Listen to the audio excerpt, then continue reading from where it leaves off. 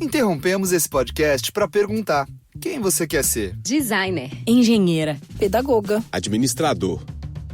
Quer saber? O Senac EAD é nota máxima no MEC. Tem cursos de diversas áreas, com conteúdo elaborado por especialistas do mercado e professores mestres e doutores. Ainda tem o Senac Carreiras, conectando estudantes a vagas de emprego em todo o país. Saiba mais em ead.senac.br/graduação.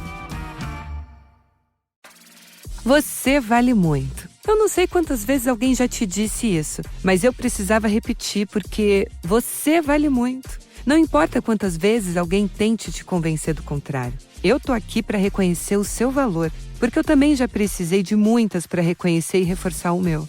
E não há nada mais poderoso do que celebrar juntas, porque nós valemos muito. L'Oréal Paris, porque você vale muito.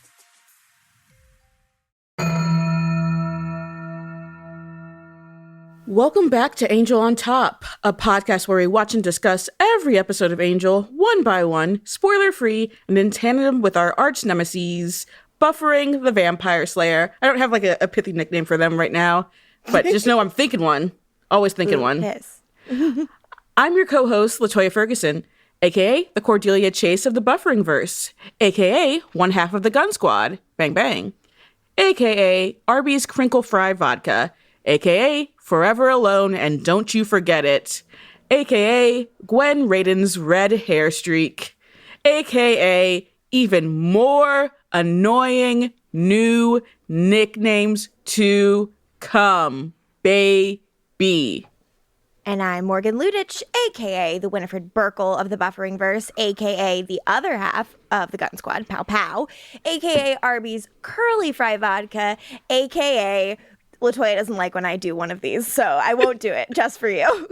A.k.a. Gwen Raiden's White Hair Streak because Rogue, a.k.a. even more annoying nicknames to come.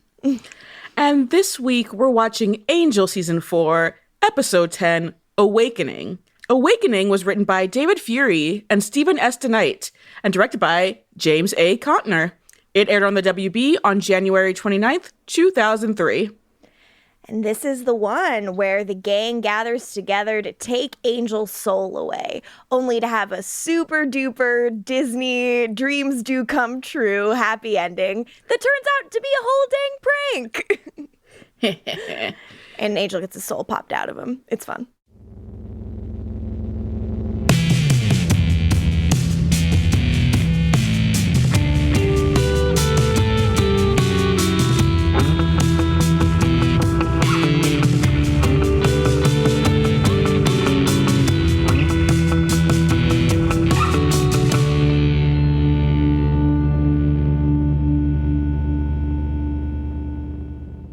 Previously on Angel.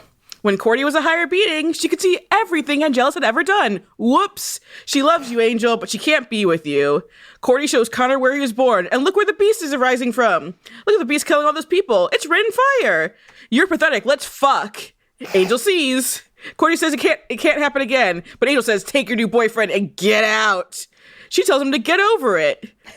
Connor's scared that you think he's connected to the beast, and then they show like the one bit of Angel thinking that Connor's connected to the beast because that's necessary for this episode. Mm-hmm. The beast plans to blot out the sun. The sun, it's gone. Cordy has a vision of Angelus with the beast. We need Angelus. Hell yeah. So one of my first notes for this episode is Morgan going to hate the gotcha of this episode? Well, to answer your question, I did not hate the gotcha of this episode. I think there was, in a weird way, I think the fact that this season has been shitty really protects the gotcha because a bunch of things that are happening that don't feel particularly earned. And normally that might have, set off alarm bells for me. But instead I was like, classic Angel season 4, a bunch of shit happening for no goddamn reason.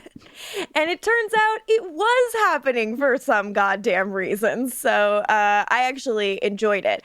I don't know if what they're going to tell me actually happens next is good, and I really don't have any faith in them because of what this this show has done to me. But I liked the gotcha is the answer. Yeah. And just to be clear, listeners, Morgan literally does not know what's going to happen after this because I asked her what she remembers from the rest of the season, and she missed like a big gap. So yeah, I don't remember stuff. Well, I'm usually so good at remembering stuff, but not for this one. Whew, nope, in not one at ear, all. out the other. And we have to step into a corner real quick because I got to know how Kristin felt because I know she doesn't remember shit. Kristin's Corner. Kristin's Corner. It's alright, it's and what the fuck, and Cordy is hot. Kristin's Corner is the place for very deep thoughts. Oh, hi. Yeah, really identifying with Morgan here on not remembering anything. I am not identifying with Morgan because I was super mad about the gotcha. I mean, I agree with you, like, your general assessment that, like, come on, Wesley's gonna apologize? Come on. Cordy's gonna curl her hair before they fuck? Like, what's going on? That was the best part of the episode. It was the best part of the episode. She looked so hot. I'm like, why haven't we been doing that all season? Angel needs to be her stylist because clearly in his mind, that's what he's doing. He's like, I wish she looked like this right now. But it's just too much already. Like, that's how I feel, is if they had like not had so many other kinds of, not gotchas, but like, oh, they're kissing, but it's because they're possessed with ballet spirits, or oh, they're kissing, but actually one of them is going to go up into the heavens and be some kind of higher power. It's just too much. And that's why, like, because I really don't remember what happens this season at all. And I was like, okay, so at least they gave us this, like, something bad is clearly going to happen, but at least they gave us this kiss. So to have that, like, retconned essentially at the end was just like, come on, are you fucking kidding me? I'm mad. Well, see, I remembered that, like, I was like, well, they're not going to give me, like, I was so sure they weren't going to give me any Angel Cordy stuff. I was like, I don't remember anything like this happening. And I was like, oh, pleasant surprise. A little bit of a kiss. Whoa. I did not remember they fucked. And then it was like, okay, because the fact that he says, if I may. Oh, we'll talk about it at length. Don't worry. If I may, ladies. Just a little preview for later in the episode. It's interesting that when he achieves that moment of perfect happiness, what, name slides right out of those beautiful little lips. God. It's not Cordelia's. Interesting to say the least. I got so, because I didn't know that it was all going to be yanked away from me, I was like, oh my God, will he lose his soul for Cordelia? How is this going to stack up? What is the true moment of, like, I was like 50 pages ahead and it didn't fucking matter, you know? I was so happy.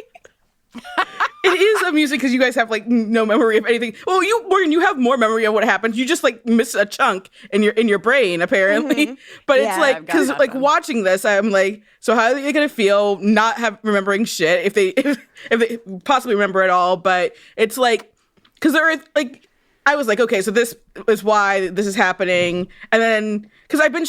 Without spoiling, I said it before, but I've been like tracking certain things this season because they've been hiding the ball in certain things. I've been tracking them, and it works in this episode too, until there's the pivot because obviously, yeah, we'll cut that out. So, and that's why he allows her to have that hair. But yeah. And like, I know you guys are going to get into the minutia and you just wanted me to yell for a minute, which I did. But it's funny to me now thinking about it that part of Angel's like losing of his soul included looking at the butt of the guy who's taking his soul out of his body.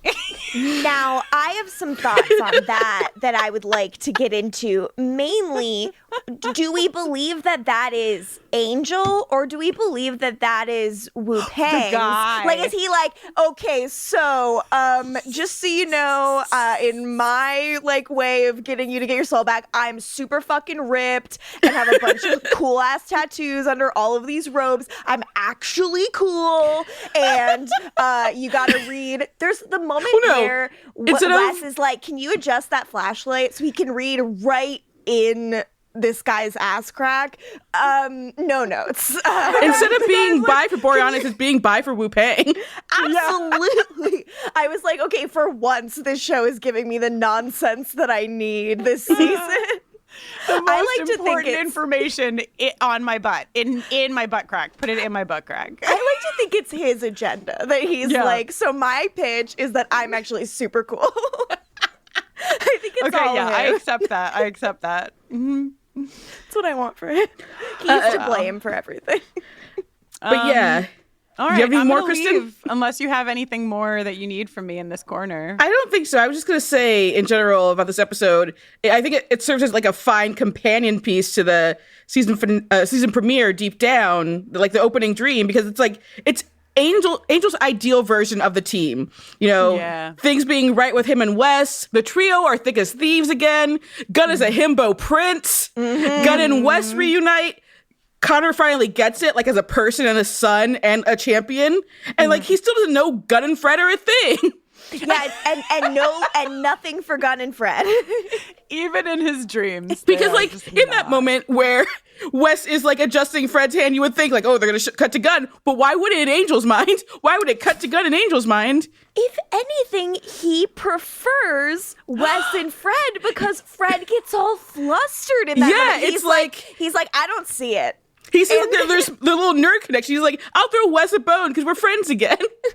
Yeah, the two dweebs can fuck. I don't care. Like, he doesn't seem like he even really cares that much, but just he prefers this pairing, which don't take sides. Angel, come on, none of your business. Also, just points for Angel before I go that this time the dream did not include any milk. So we're improving. We're improving click by click the dreams. Oh, so slowly. No, actually, I'm so sorry to challenge you on this, but I did write in my notes that when Cordelia gets her vision, her eyes go milky white. So Angel's dream milk remains. Oh, God Dream damn it. milk. You're right. I concede my point. Dream milk. All right, have fun with this one, guys. Spoiler alert, nothing that you talk about happens. So There's a part, some of it happens. Some of it happens. So the stuff where people are upset happens. Fair. Yeah, Wu Pang still wants orange zinger. That's real. Kristin's Corner. Kristin's Corner. Let's get into it, baby.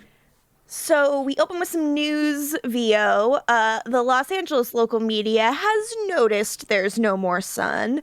Everybody in LA is looking up forlornly at the missing sun and going like, oh no.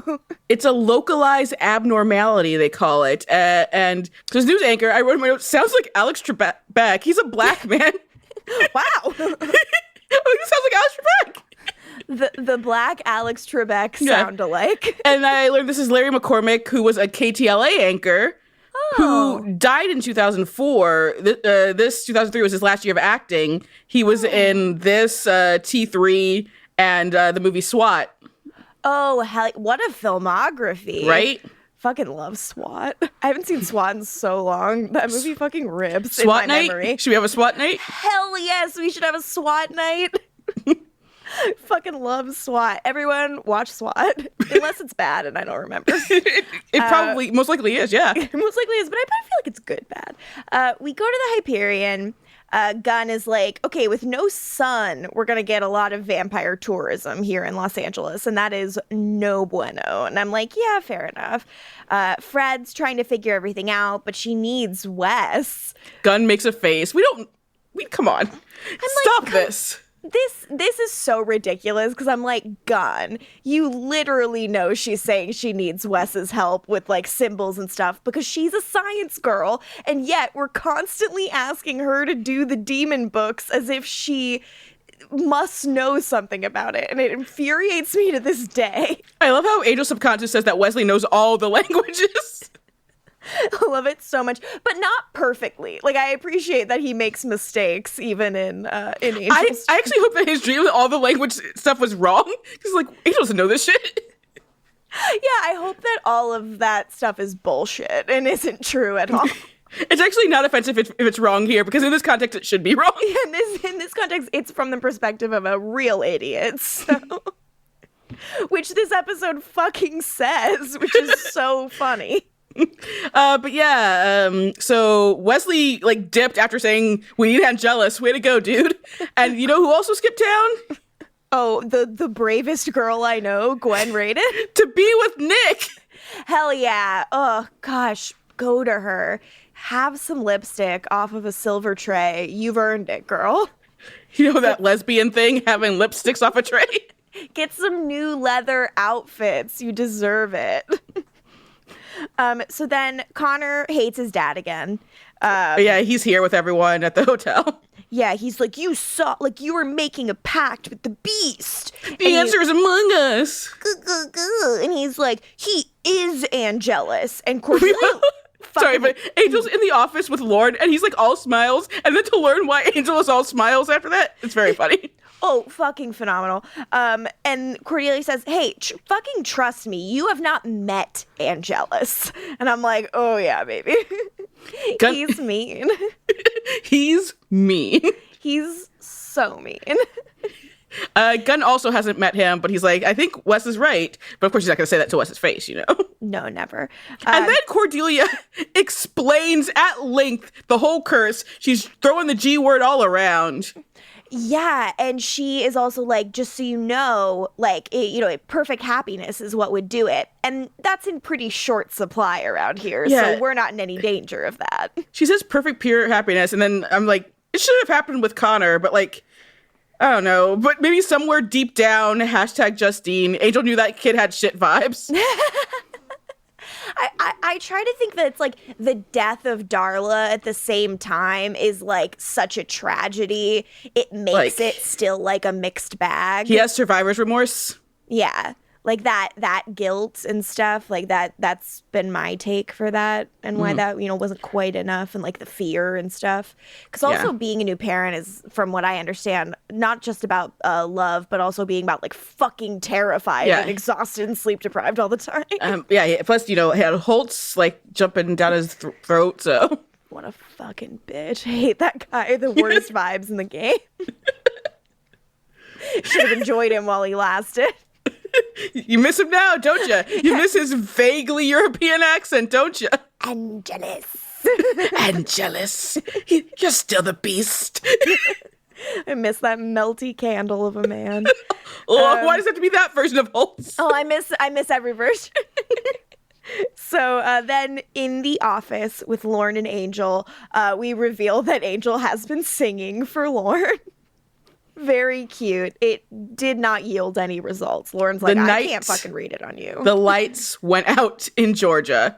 That was his choice. I'm not familiar with that song. Oh, you don't like some old country? Not really totally my deal. It's a bop. Kind of a bop? All right, I believe it.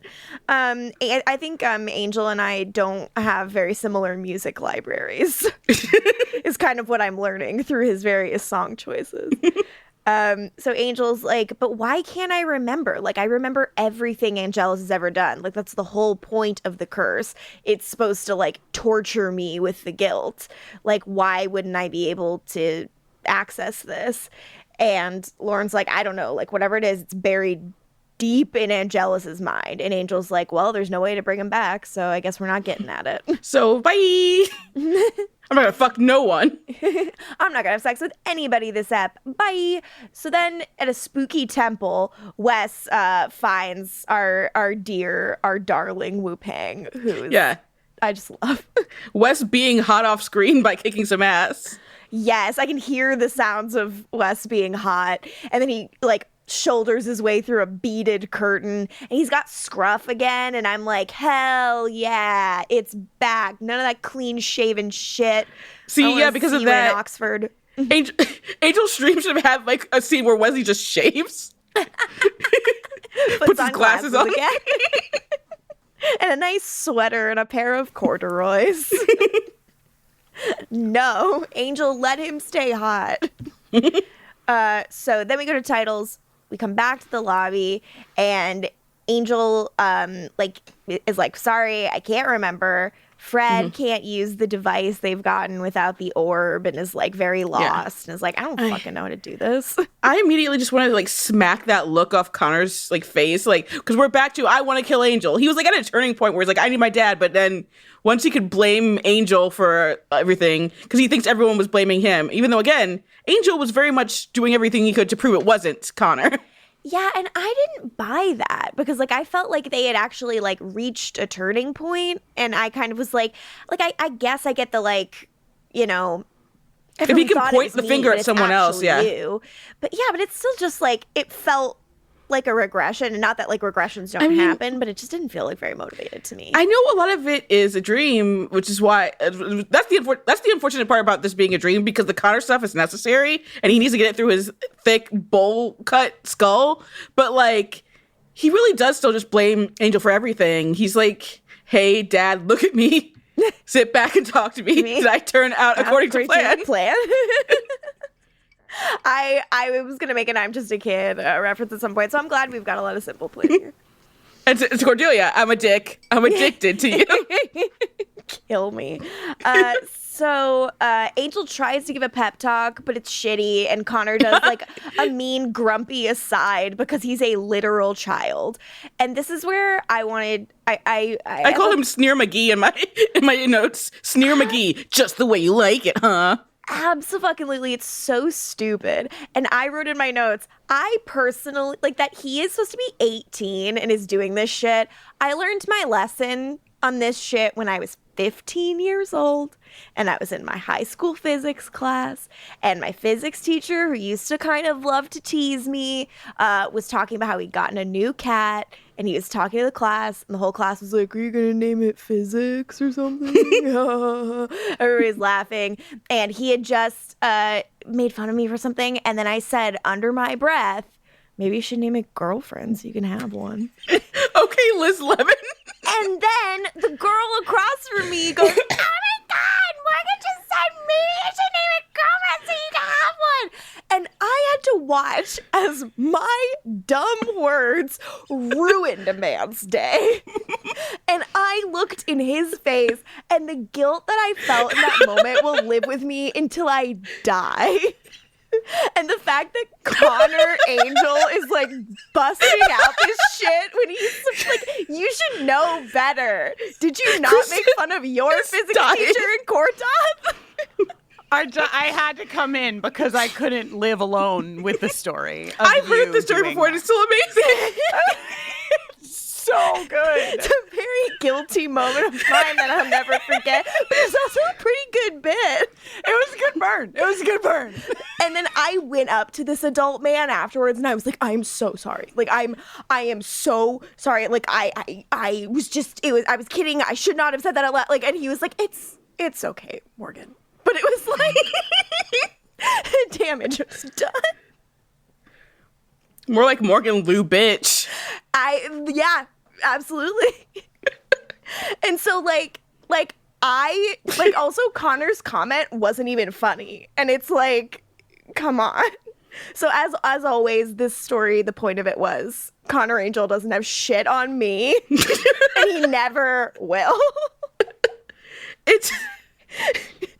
I did note throughout this episode, even though obviously, again, most of it is fake, but I'm like, Kartheiser can't like play genuine without it seeming like he's like trolling, and that's why he's so great on Mad Men. I know, it's because it's so great that like everything that makes him not work as Connor Angel makes him work as Pete Campbell. Yeah, just like he just has a punchable face.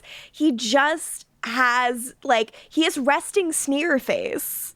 Like, it just is the truth. He's like a very like high status, self-important vibe. And that's like not anything on like Kartheiser himself. Yeah. Just like people learn how they read on camera and like what their best You can't play is. feral if you have that vibe, though.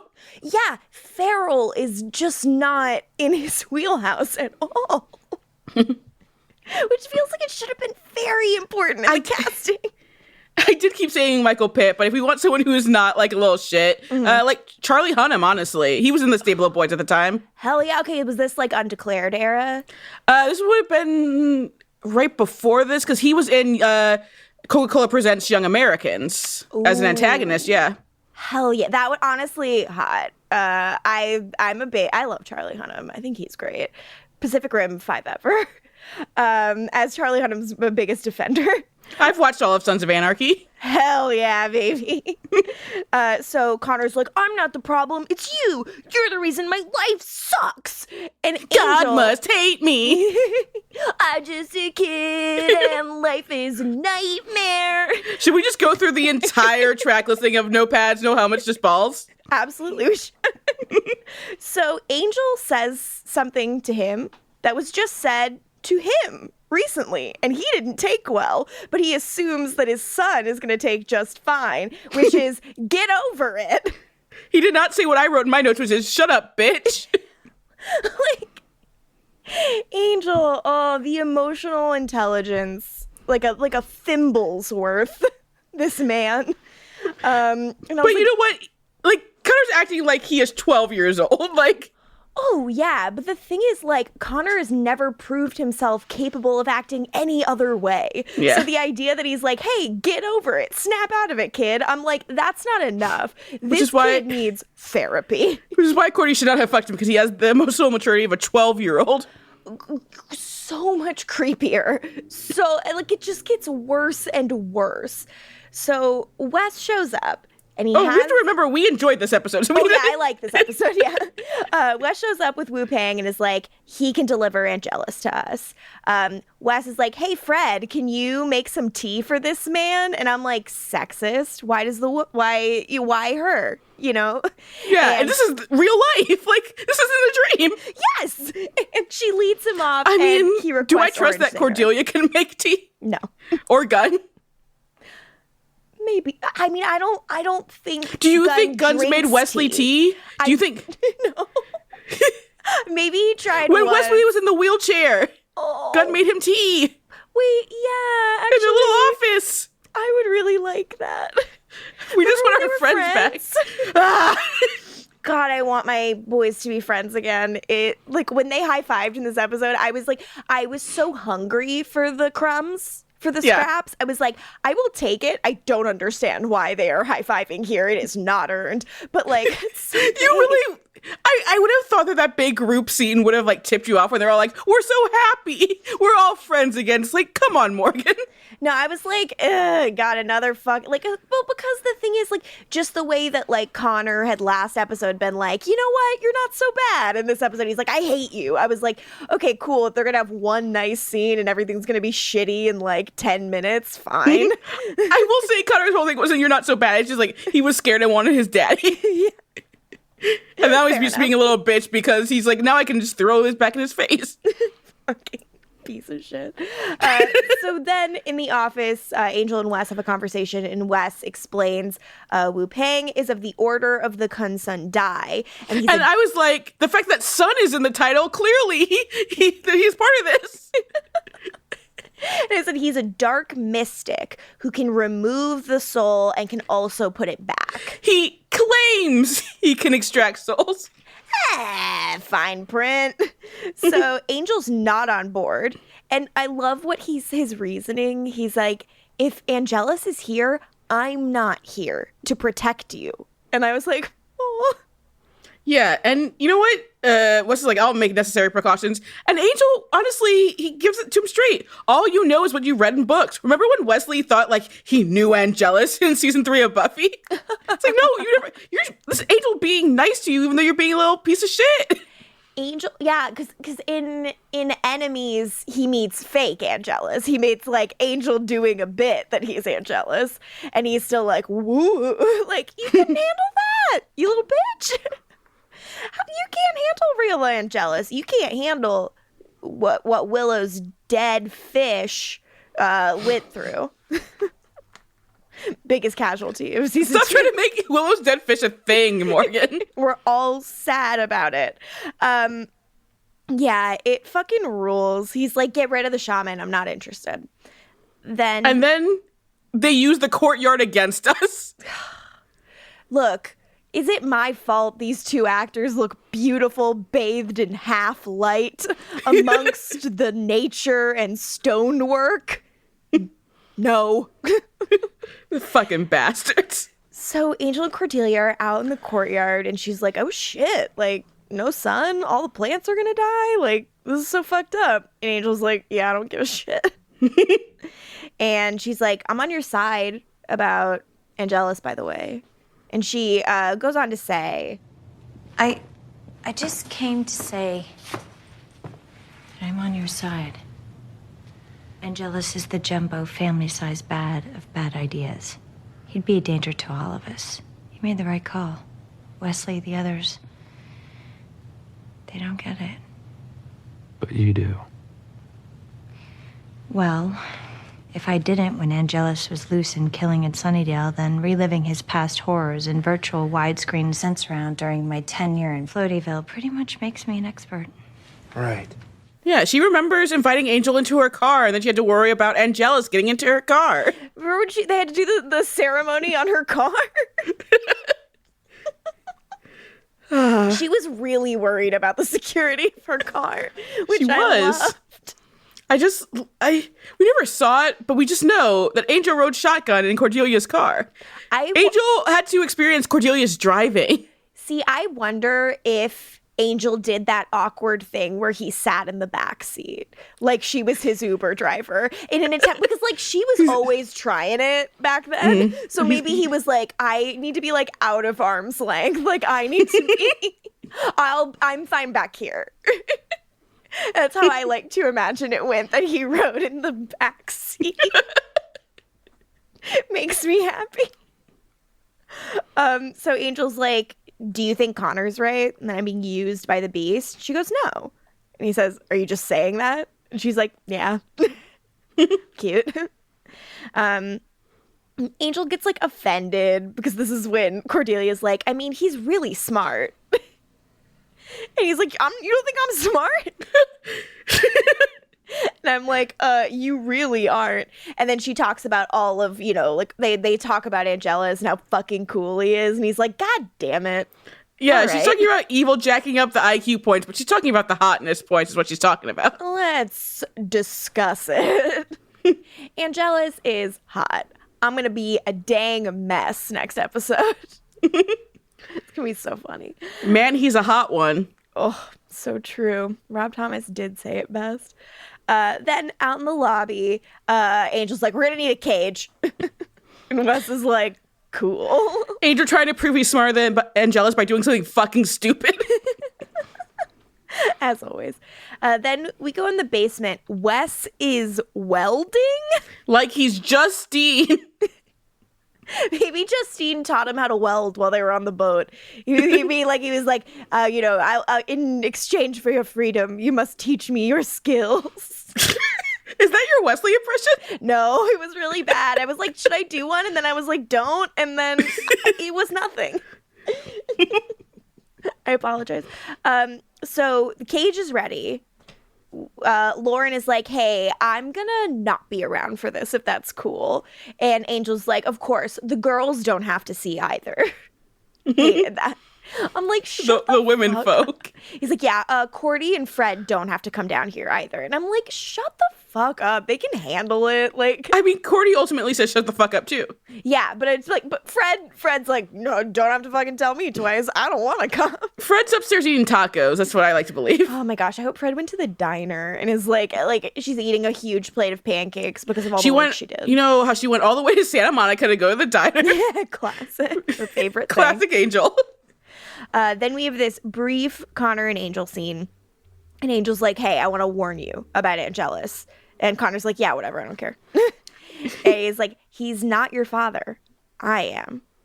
And I love you. And I was like, aww. Even after the Cordy thing, he still loves him. Yeah. And Angel's basically asking him to be the man of the house. Yeah, and he's like, for the first time ever, when Angel does his, like, you might have to kill me spiel, Connor's the first person to really take it in stride. He's like, cool, totes. Like, I don't give a... He's like, no, really, I'm That's serious, funny, though. And Connor's like, yeah, I wasn't... Like, I know, I'm gonna kill you. That's pretty funny. He's like, if anything goes wrong, you have to kill me. Okay. That was my favorite Connor moment of the episode, for sure. I was like... He goes full Chad. I was like, this is a guy I can understand and respect. He made me laugh. So then in the basement a little later, Cordy's here.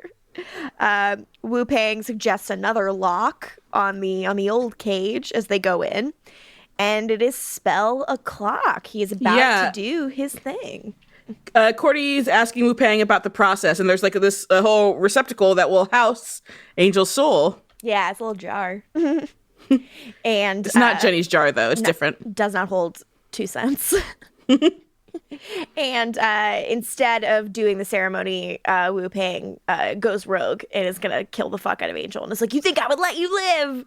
Like, I work for the Awakened One. Son isn't my order's name. Die. And then he like has to grab his wrist, and they end up. Yeah. Angel's able to get out of his restraint, which means make it tighter, motherfuckers. Yeah. I mean, again, it's also a dream, so fake, that's why he's able to get out of it. Yeah, we are officially in dreamland. Yeah, everything that happens from now on is fake until the very last scene. Once he starts chanting, after that, everything's fake until it's not. Yeah. So I write in my notes, there's a little fight. And then I write, Wu Pang has had his last orange zinger, R.I.P., because he stabs himself in the heart rather than reveal secrets. Yeah. Cool. As Angel's like just talking to him, being like, I'm going to get my answers. I'm going to ask questions. No, you're not, bitch. Nah, bitch. Then they realize that he has tattoos all over his body. He's blind spotted himself. He's blind spotting. He's blind spotting all over the place. So Wes reads the body. He's checking it out. And it should call this episode The Body. Hell yeah, baby. It's the recorded history of the Kunsun Dai. And they are acolytes of the beast. There is the weird Fred and Wes moment where he's like, where he grabs her wrist to move the flashlight so he can read inside this guy's butt crack. And like Fred's like, like when he touches her. And I'm like, Angel? And there's, again, no gun reaction because Angel doesn't know they're a thing. Angel doesn't know about the issues. I'm like, Angel, what is wrong with you? Why are you horny for this? Like, they're actively, like, not, like, she's with Gunn. Who's supposed to be your friend? So, it makes me so angry. So... The awakening, which is, all the shit the beast wants, is opposed by the Bosch Ma'at. I'm sorry to interrupt. Now I'm mad too. I'm like, you should respect them more. They took care of your shitty son after he dropped you in the ocean. As I've said 1,000 times, the way the show undervalues both Gunn and Fred and them as a partnership in their relationship is so fucking annoying. His soul is hers. And that's not enough for Angel the Vampire? Come on. He still doesn't get what was happening in all of that. He's like, yeah, what was that whole casino thing we did? I was not paying attention. the first casino thing, not the second casino thing. Of course. That one I've got full memory of. Angry. So apparently there's this weapon called the Tooth of Light. It was forged to kill the beast, but the Bosch Ma'at were all killed and the weapon was never found. And then we learn the tooth is a sword. There's no reason to call it the tooth. Just call it the sword. Yeah. Cordy's eyes go milky and she's like, I see the sword. It's pretty. It's under Los Angeles. White vision Cordy, which does not sound good. Now that I think about it. Milky white vision Cordy. I was like, what the fuck is this weird new vision look that Angel has come up with? I know she's done it before. She's done it before. She's done Milky Eyes before. She's done Milky Eyes before. Yeah, because that's like I think that's her higher power vision. Yeah. Because it looks like when someone gets imperious in the Harry Potter movies. Sue. Angel's like, hell yeah, sword, can't fucking wait. And he roasts Wes for his Angela's plan. He's like, oh, take out my soul, huh? Idiot. And then Wesley apologizes.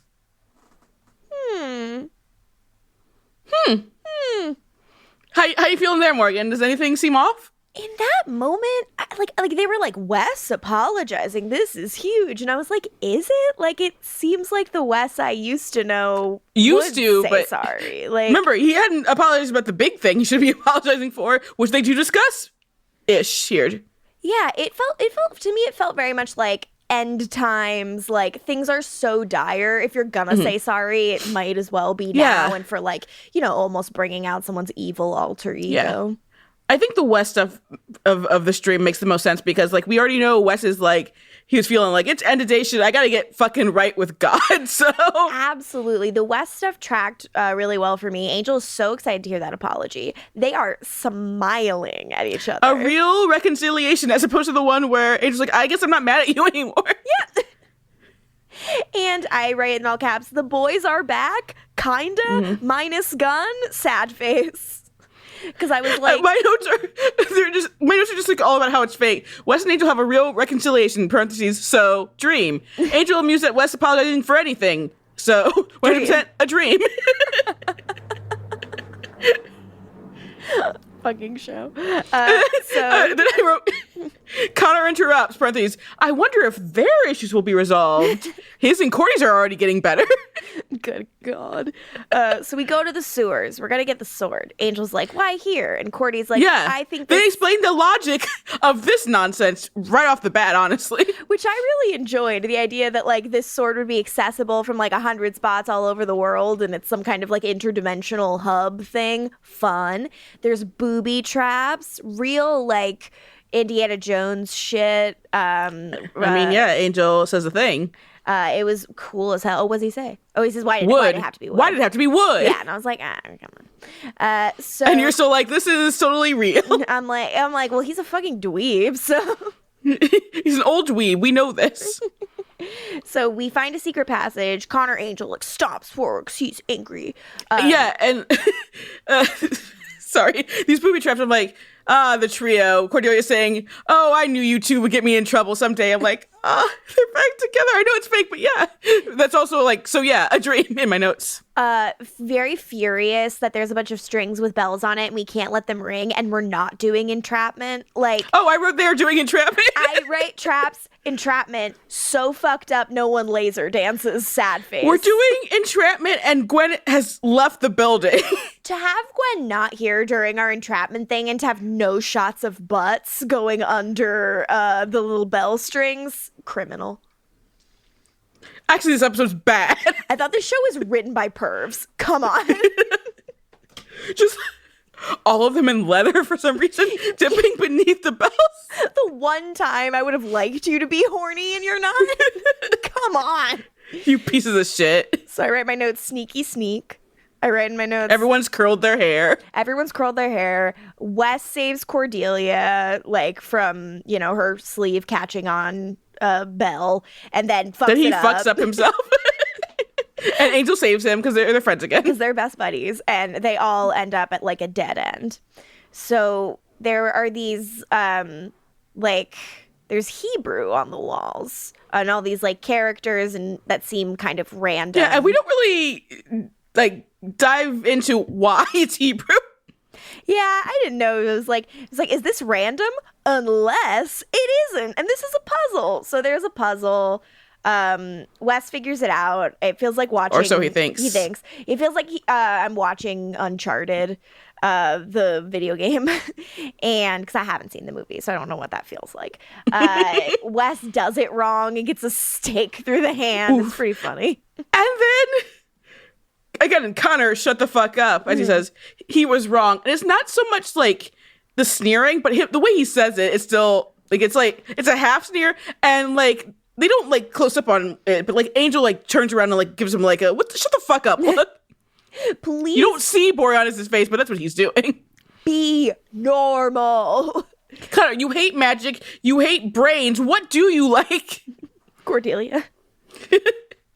Junk food. Cordelia is both magic and brains. Baggy shirts. He should be wearing some Jinko jeans. Oh my god, he should be in check.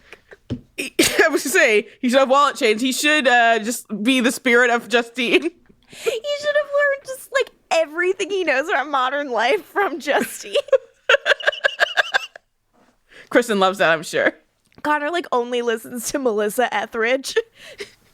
I refuse to acknowledge myself as anything related to Justine, so I refuse to comment. No, thank you. My Jinkos are cool, and my wallet chain is cool, and that's all I have to say.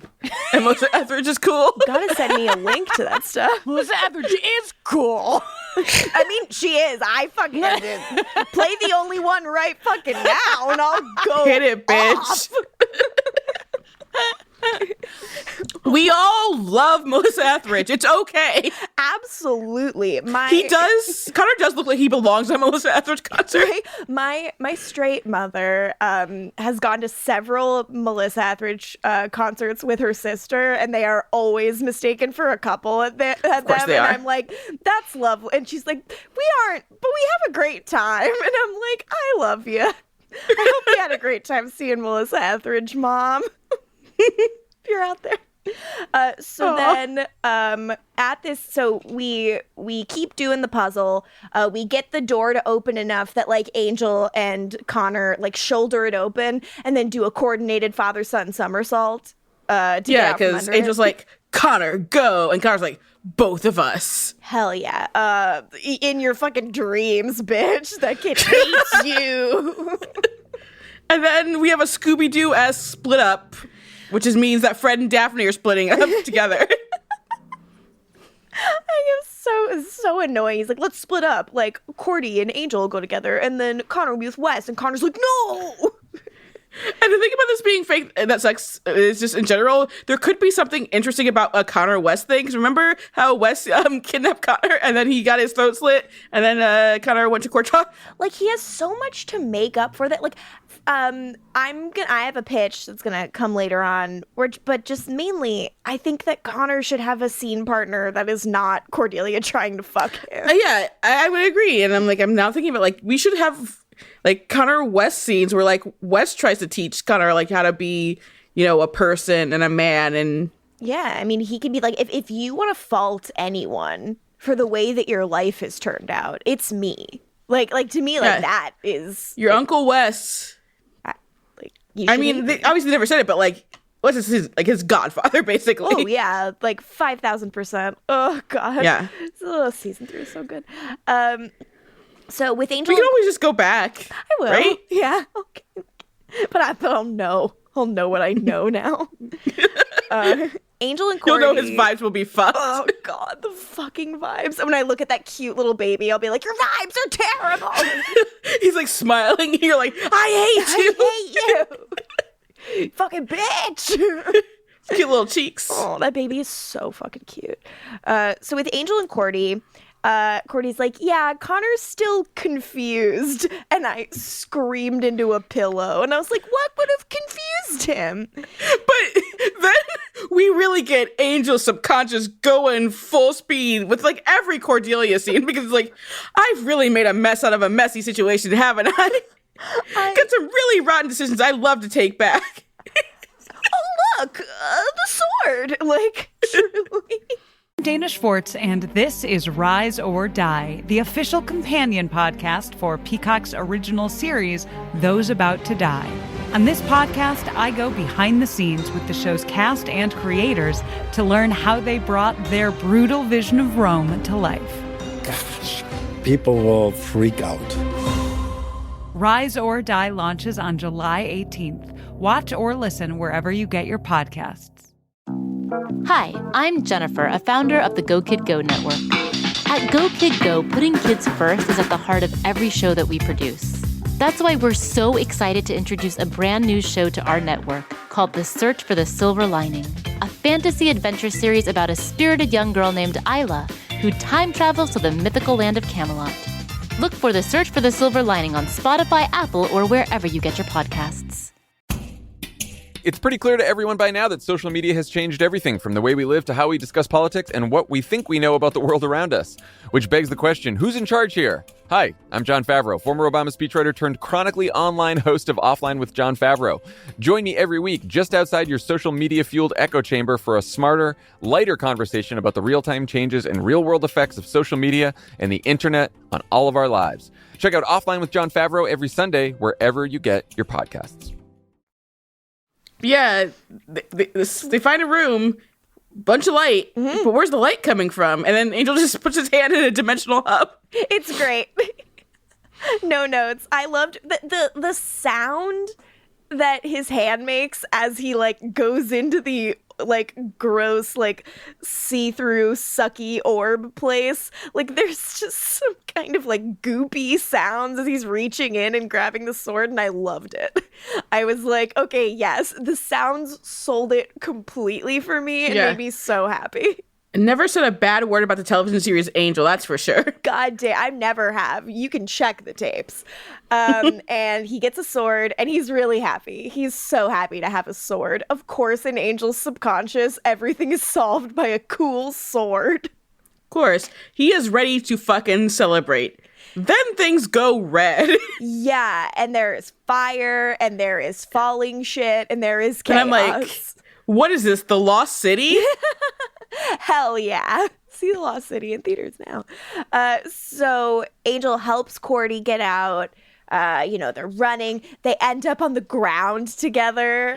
She lands on him. They share a moment. Like, oh, hey. Hey. Like, like that classic moment. You just went full Felicity. I love going full Felicity. If I was really going full Felicity, I'd secretly be ruining your life. Oh no, I thought you were gonna be like, I'd be cheating on you. I'd be cheating. I'm like, Felicity's unhinged. Felicity needs help. I love her. Felicity's the craziest bitch I've ever known. Because here's the thing, I don't want to reboot of Felicity because like the show would lean into how much she's an insane person. I'm like, no, I don't want you to lean into that. We all know she's insane. We all knew this. It only worked because it was Kerry Russell. Like, end of story. They did not know what they had. So they give each other a hug. Cordy's like, you know what? I'm sorry. I was lost and I was frightened and I wanted to be with you. So for Angel to be okay with it, having sex with his son had to be a stand-in for having sex with him. Well, here's the thing. It tracks and you don't question it in the dream thing because it's like, well, she just kept saying, you're just like your father. It makes sense for what we know was the reasoning for so much. It makes sense, but it still also makes me throw up in my mouth a little bit. Cordy's like, I want you to know that like all the stuff I saw you do as Angelus doesn't matter. And he's like, well, your past doesn't matter either. And I'm like, the past where she fucked your son? Yes, that past. And again, this is his dream version. And also his dream version of her is ashamed of what she's done. As she should be. Honestly, like, 0.1 for Angel because she should be ashamed. She should be fucking ashamed. She just vomit every time she thinks about it, just like on herself. Like, that boy. That gangly boy. Like, so many limbs. Ooh.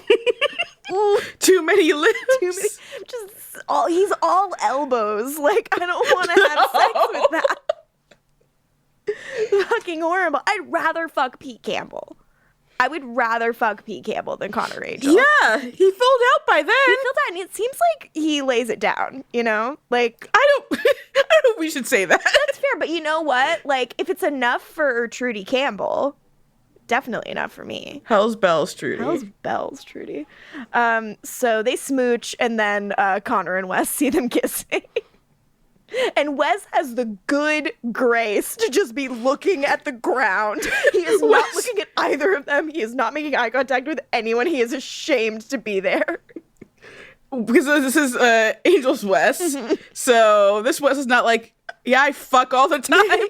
He's not like, oh, cool. Are you guys all gonna fuck? Cowabunga. I'm evil. Scooby-Doo this crap. Scooby-Doo this crap. The power of the dog. Benedict Cumberbatch, come on the pod.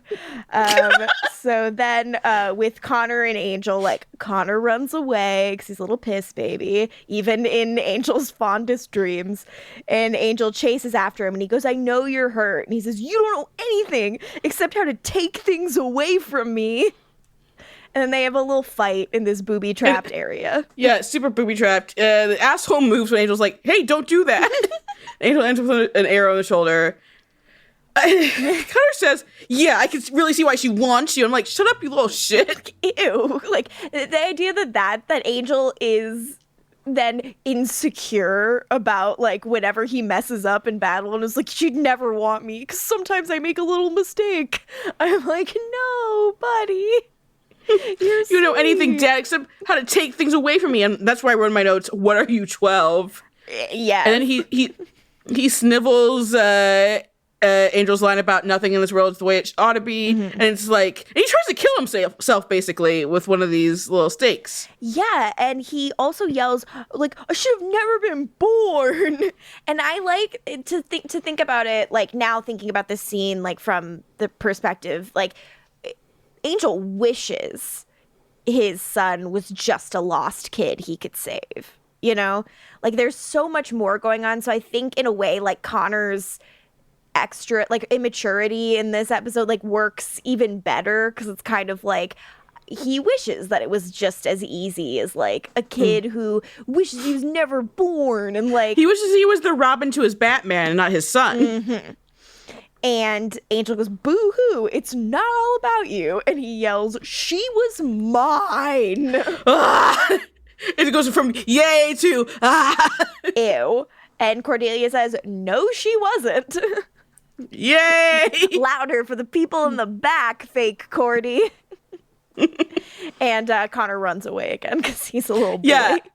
And the minutes are like, really sucks this was part of a dream because he needs to know this.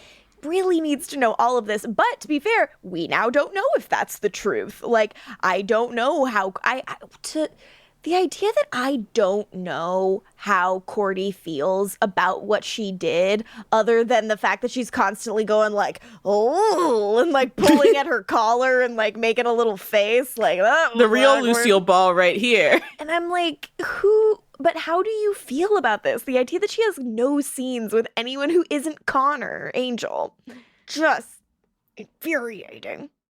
Then in the Hyperion, Gunn, when the sword is brought to him, is so excited and he would like to play with it. Ooh, can I play with it? I was like, yes to that, but no to him cutting the table on half in accident. I was like, that's a bridge too far. I was like, are we really doing like this level of like character assassination to try to set up like Fred and Wes some more? Like, I mean, because in general, they have not been saying, despite what Gunn is saying to himself, the show's not saying that Gunn's an idiot. Yeah.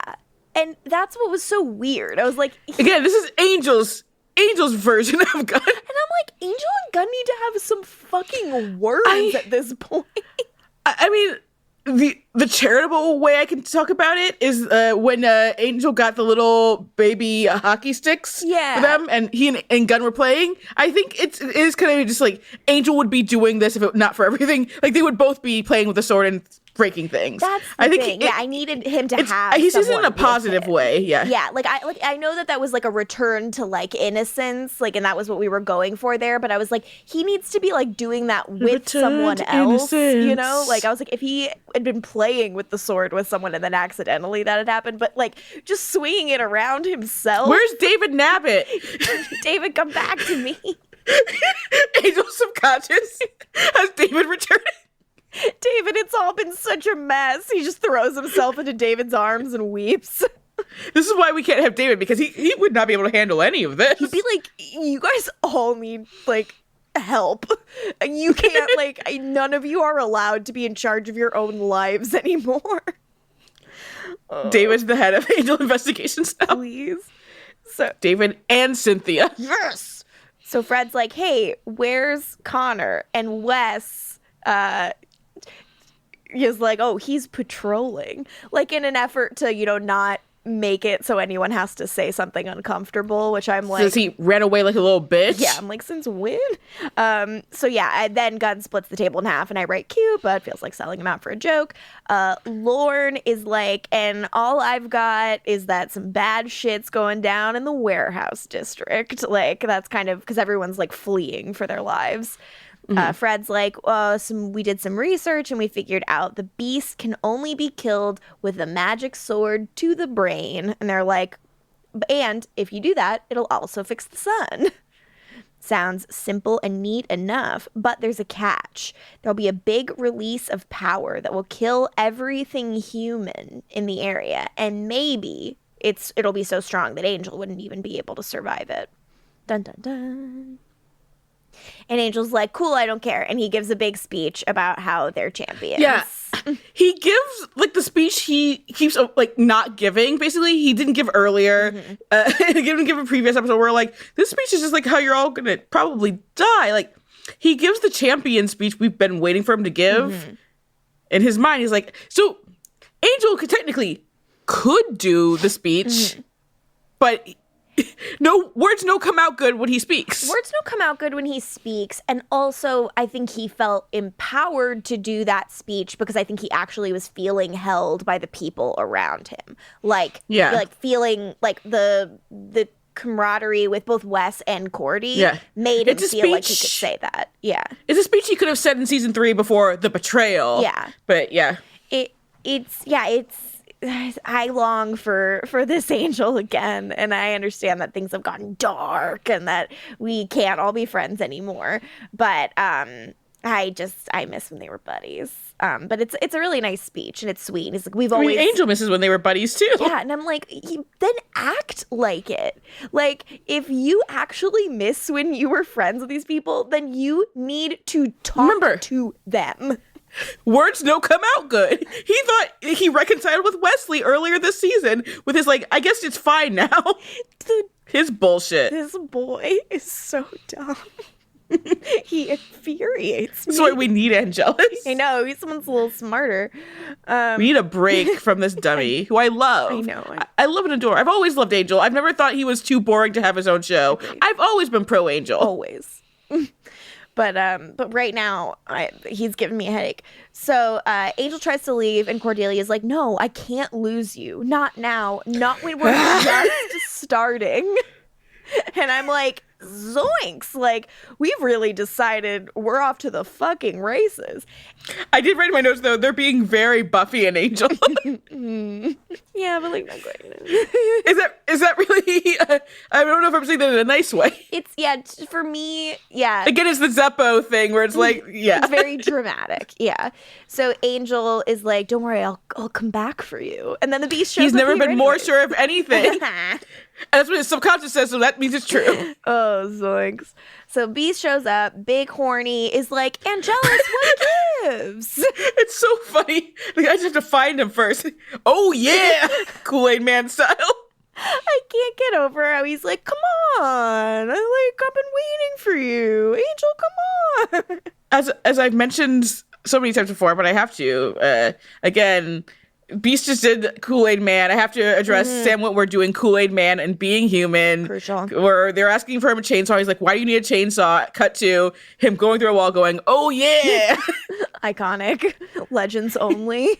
He, like, big horny's like, I really like you, Angelus. Like, I've given you so many chances. Like, what the heck? And then I'm like in the scene, is the Beast in love with Angelus? Is that what's happening here? And does he, like, see Connor as their son?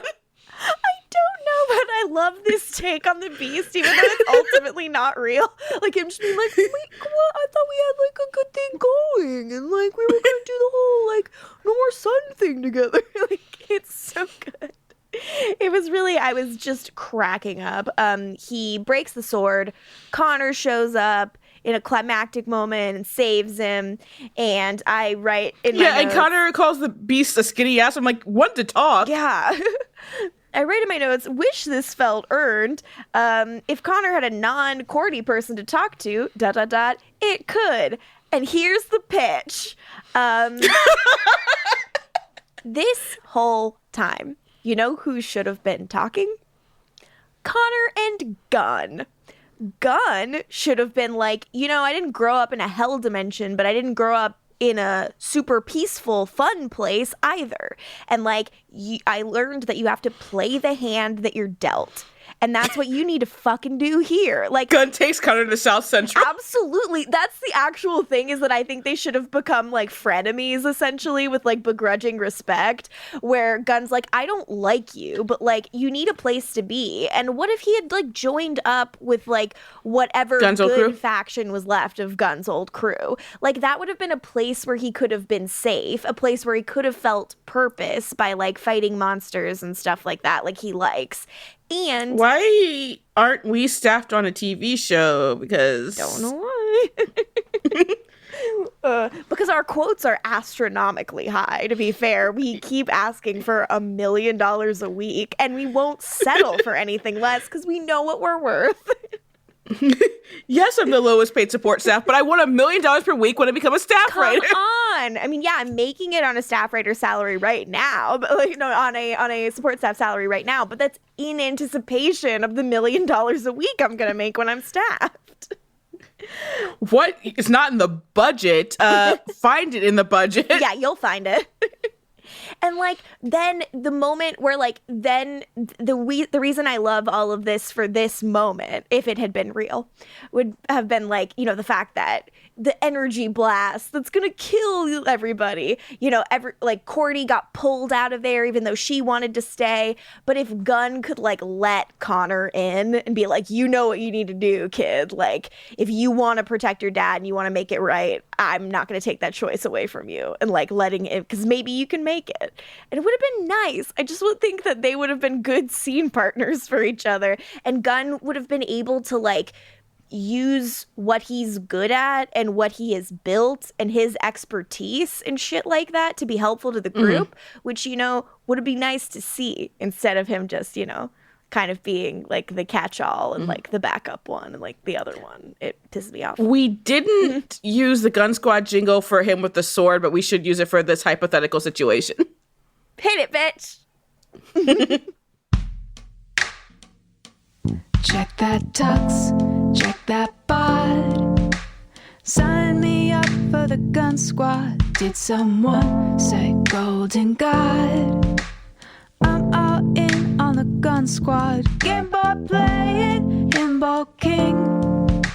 Sign me up for the Gunn Squad. Even when he's curmudgeoning, I'm all in on the Gunn Squad. Bang, bang. If a Charles gonna shoot his shot. Bang, bang. Cracking skulls up and down the block. Bang, bang. Got a smile that make the panties drop. Bang, bang. Gunn Squad, Gunn Squad.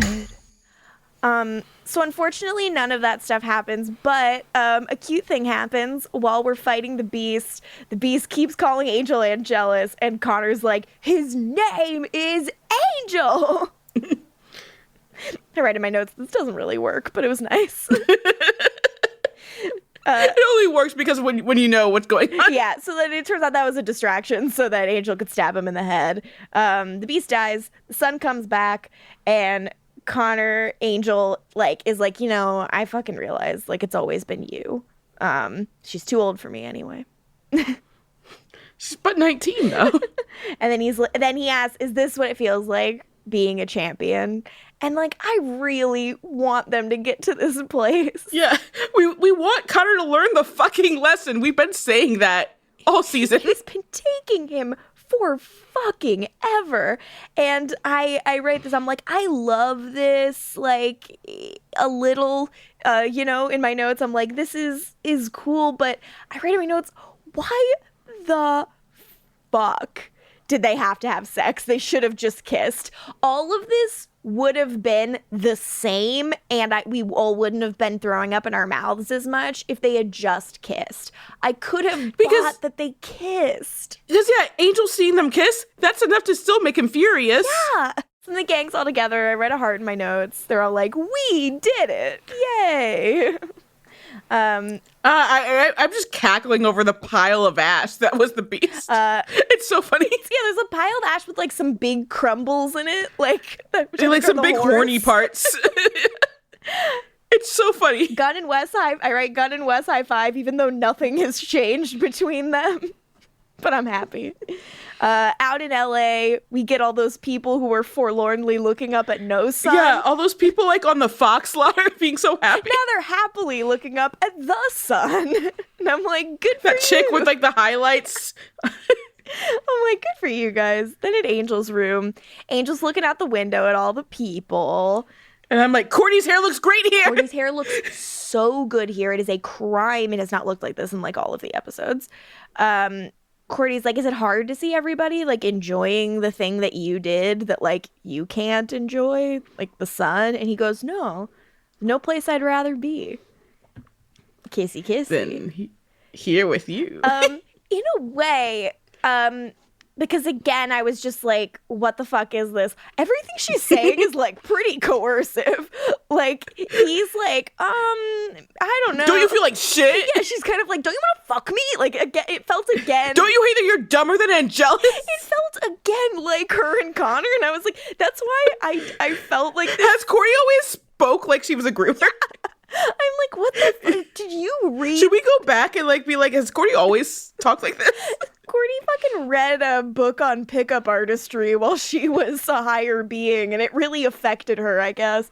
Because the closest I can think, and it's not even close at all, is like when she's telling Wes, the iron is hot.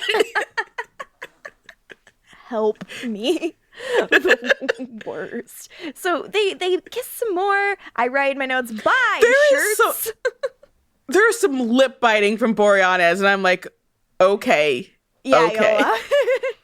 I am pro lip biting. Okay, well, all right. I'm gonna write that in your Chantry Prophecies, gang.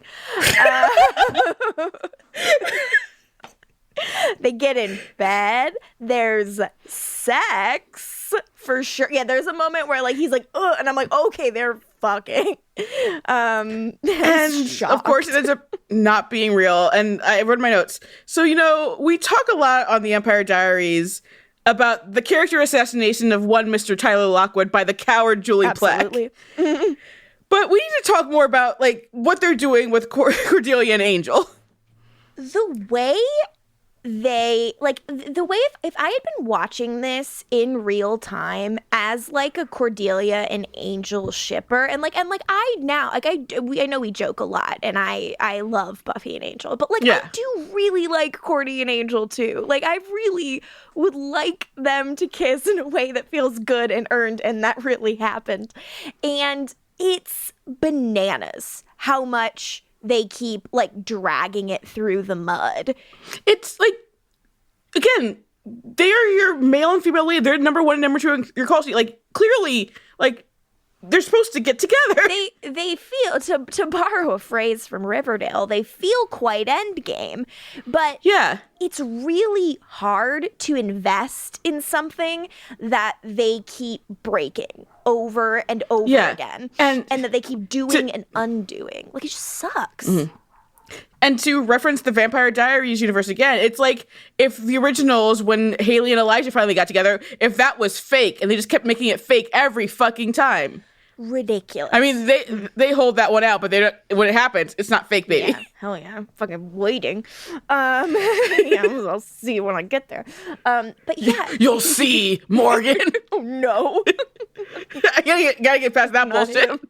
It's just like ridiculous, and it's it's such a disservice to your characters and to your audience. Because, like, you can only... And to your actors, honestly. Yeah, as well, who I think could clearly, like, want to be doing this stuff. Like, can we just, like, finally get to it, like, actually being our characters, basically? Yeah, because it's just, like, having it but not having it. Like, you can only do that maybe once.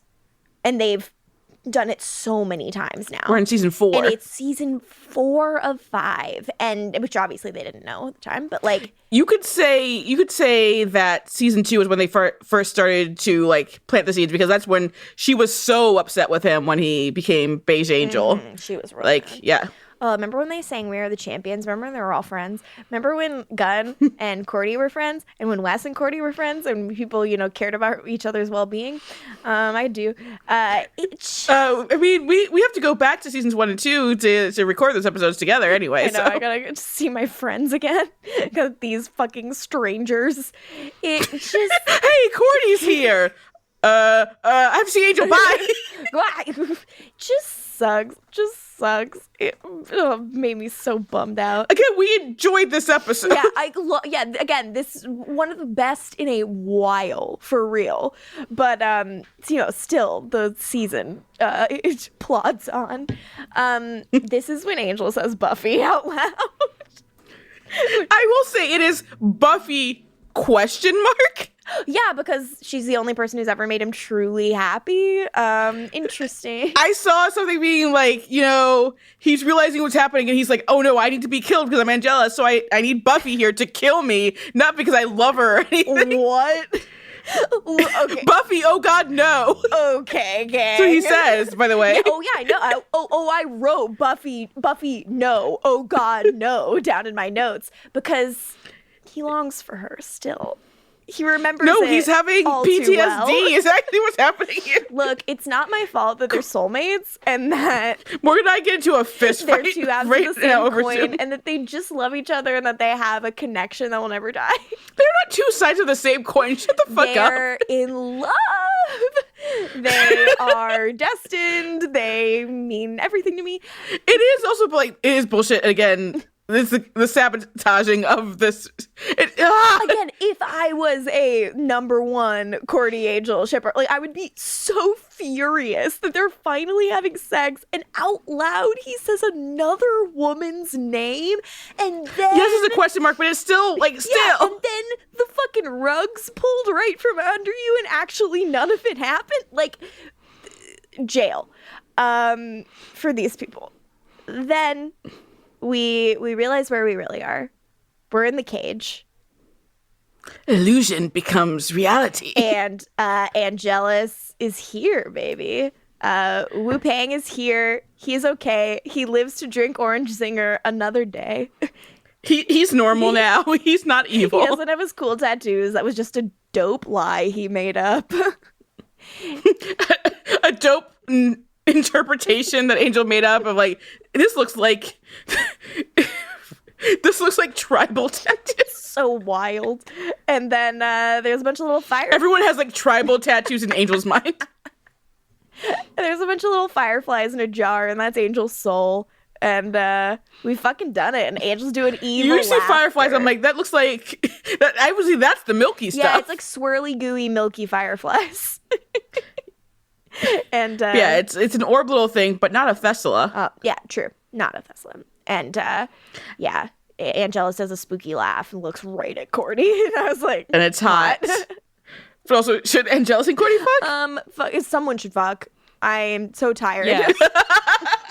I'll fucking take it at this point. Goddamn anything. But now we can start fuck watch because Angelus is here. So.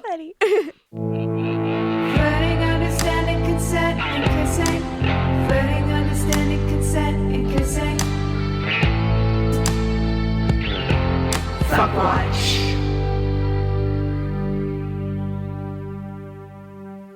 I'm not going to blow my load by saying Angelus because that would be stupid. Nor am I.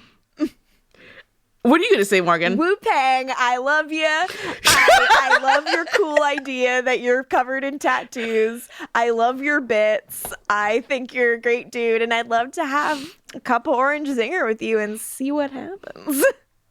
LaToya, who are you fucking? You Stupid, stupid girl. Dream Cordelia with her new hairdo, you motherfucker. I was gonna say my fuck watch is Charisma Carpenter, and right. Although second place is Dream Himbo Gunn. I love you, baby boy. No, Wu Peng. It's you and me, boy. He's great. I love him. They should fuck. Hell yeah. Can I make a pick this week? Mm-hmm. I would like to fuck Big Horny. Is that what you call him? That's his canonical name. Yeah, I'm picking him because he's gone. He's a pile of ass. He's not gone though. He's fake gone. But like, I'm taking Dream Big Horny for the win. Because Dream Big Horny's in love with Angela. So simp Big Horny. He's really sensitive. Stop that. Just so everyone knows, Morgan is taking her 2 pointer fingers and tapping I was doing them the little against each simp other. gesture. I'm picking him. Thank you. What if we made out in the memory that only Cordy can access? But that's fuck watch. Flirting, understanding, consent, and kissing. Flirting, understanding, consent, and kissing. Fuck watch.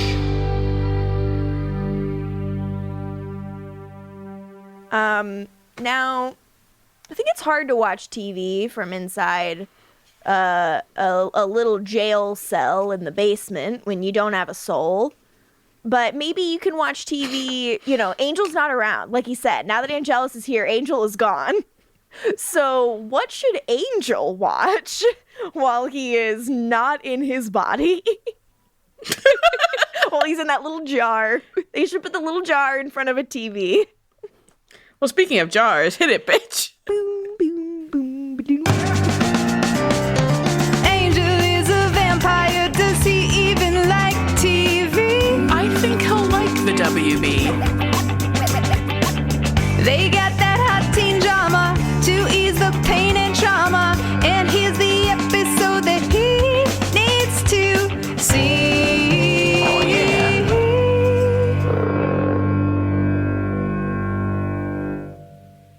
I have a lot to pull from with this type of episode because the episode is, it was all a dream. So I was thinking a couple of things. One was Supernatural Season 2, Episode 20, What Is and What Should Never Be, what some people, who are me, say is the best episode of the show. Yes, it was the show's first CW season, but it's hard because Season 1 was the only WB season. Right.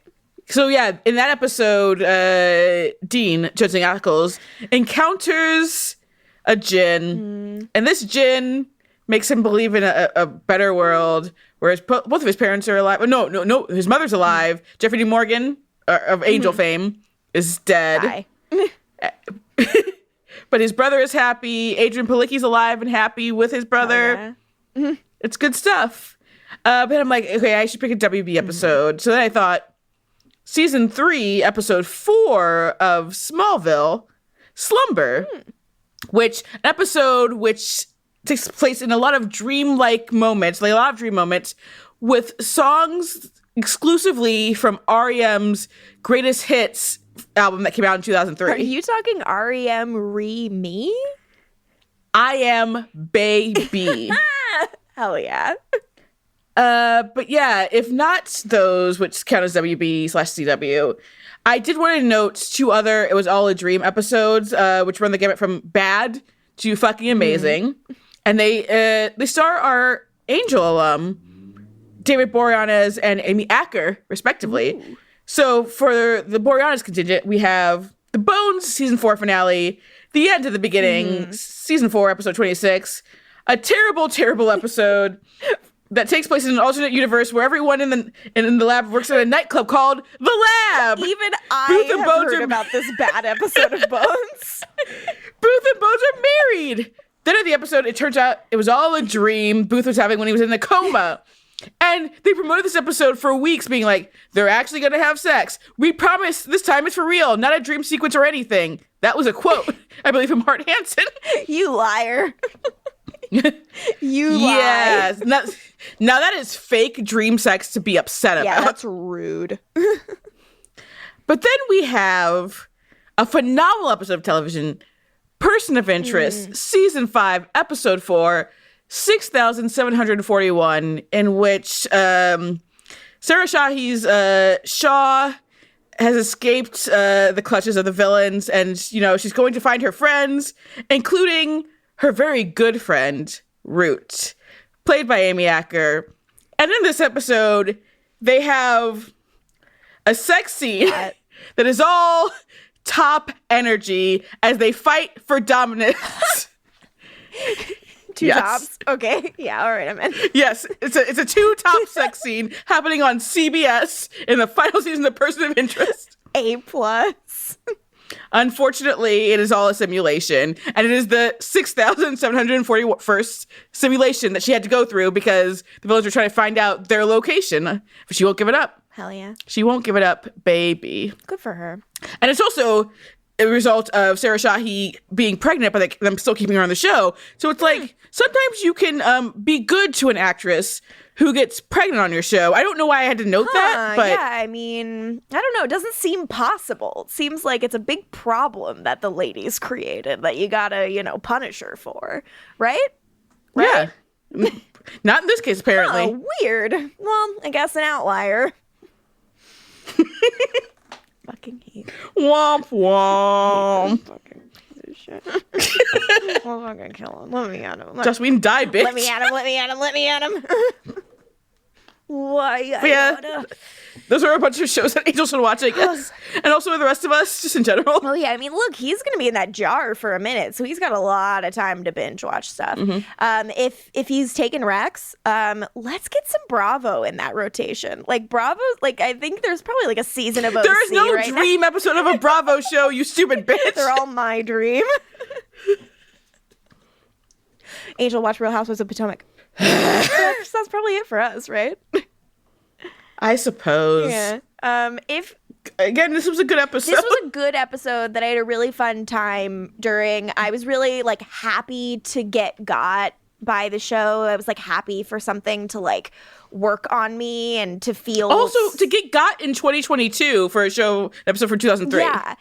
Just made me happy. Like I was just like, all right, hell yeah. Like a lot of people doing shit, things were moving, and yet no one was screaming, don't think about that now, as we barreled from moment to moment. I was not encouraged to stop thinking repeatedly. How did you feel about the Indiana Jones aspects of it, like going through that cave? Again, after we just saw The Lost City. I was just like, okay, that's cute. Like, I kind of wished that if they'd really do an Indiana Jones thing, they'd do like a bigger one, you know, with like more fun shit. And to be honest, like Wes is the Indiana Jones here. Like he, if any of them are, you know, because he's a professor type. But I thought it was cute. Which is interesting that Alexis Stenhouse is the Indiana Jones here, because on Legacies, obviously we know Matt Davis is the Indiana Jones. Jill, don't listen to this. Yeah, right. How far is Jill? Do you know? In Angel? Yeah. Like I think like 5 episodes in. Like if any. Yeah. Like well, she's seen Doyle die, I know that. Rip. So that's at least 7, right? Oh yeah. God, good. But yeah, no, still a good ep. Like I'm glad. I'm happy. I'm really excited to see Angelus, like now that he's like legit back. I'm excited to make him my fuck watch every single time and break all the rules. Are you sure that's what will be happening? Because again, you don't know what happens in this arc. I mean, I want to kiss Angelus on the mouth, so I imagine, you know. I feel like, I'm just saying, Angelus may have some competition. Huh. Interesting. Well, we'll see. Yeah, I fucking can't wait. If I can't wait. If you would like to follow us on socials, you can do so on Twitter and Instagram at AngelOnTopCast. You can go to angelontop.com if you want to be sent to our Patreon where you can support us. And if you would like to follow me on social media, you can do so at Lorgan Mudich. LaToya, where can the people find you and should they? No, I deactivated my Twitter, so fuck off. Okay, don't do it, gang. You heard me here first. And in the meantime, you are now checking out of the Hyperion. Ding ding.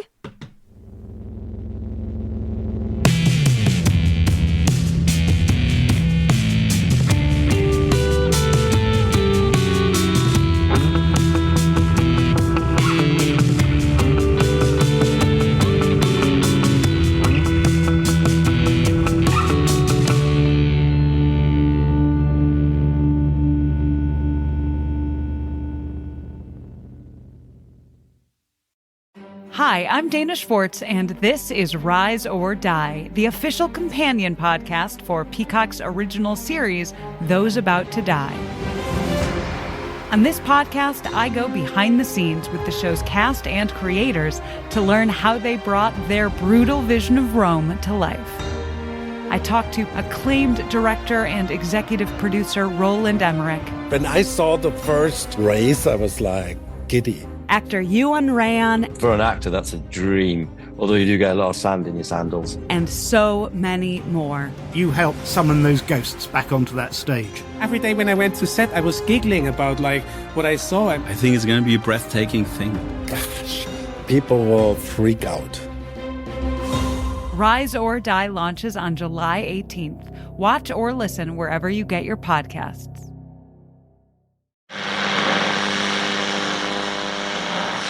With your long-forgotten name, we call upon you. We call upon you.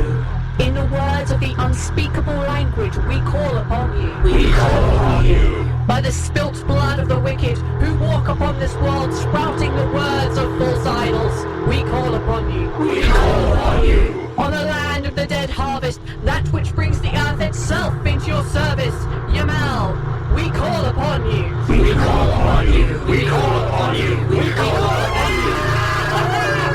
Yamal calls upon you. The Sprouting, a Call of Cthulhu actual play podcast by Blighthouse Studio. Find us on your podcatcher of choice.